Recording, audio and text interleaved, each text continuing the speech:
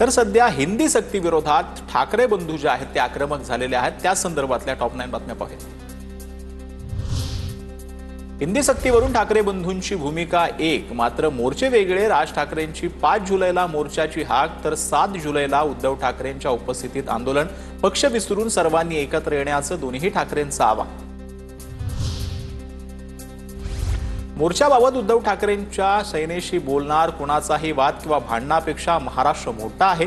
राज ठाकरेंचं वक्तव्य। गिरगाव चौपाटीवरून निघणाऱ्या मोर्चामध्ये सर्वपक्षीय नेते, साहित्यिकांसह कलाकारांना आणि सामान्यांना मोर्चामध्ये सहभागी होण्याचं आवाहन।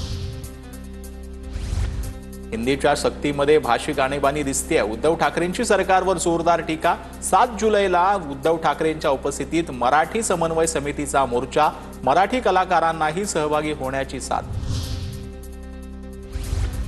मनसेच्या 6 जुलैऐवजी आता 5 जुलैला मोर्चा। आषाढी एकादशी निमित्तानं निर्णय। तर हिंदी सक्ती विरोधात एकच मोर्चा हवा, 2 मोर्चे नको, मनसेचा आग्रह।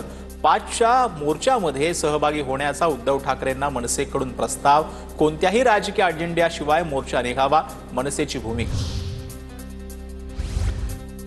7 तारखेच्या मोर्चामध्ये सहभागी होणार आहोत, मनसेच्या मोर्चामध्ये जाणार का, या प्रश्नावरती आदित्य ठाकरेंची प्रतिक्रिया। आमचा मोर्चा ठरलेला आहे, असंही वक्तव्य। महाराष्ट्रात मराठी सक्तीची आणि हिंदी पर्यायी, मुख्यमंत्री देवेंद्र फडणवीसांचं स्पष्टीकरण। तर मराठीमध्ये टोमण्यांव्यतिरिक्त अनेक अलंकारिक शब्द उद्धव ठाकरेंनी ते वापरावे, फडणवीसांचा टोला। हिंदी सक्तीबाबत ठाकरे बंधूंची भूमिका। शरद पवारांना मान्य, सरकारनं हट्ट सोडावा, मातृभाषा हीच महत्त्वाची असावी, पवारांचं मत। पहिली आणि दुसरीला विद्यार्थ्यांना तिसऱ्या भाषेचं मौखिक शिक्षण दिलं जाणार। इयत्ता 3री पासून पुढे पुस्तकं आणि लिखाण विद्यार्थ्यांना असणार। त्रिभाषा संदर्भात शिक्षण मंत्री दादा भुसेंची माहिती।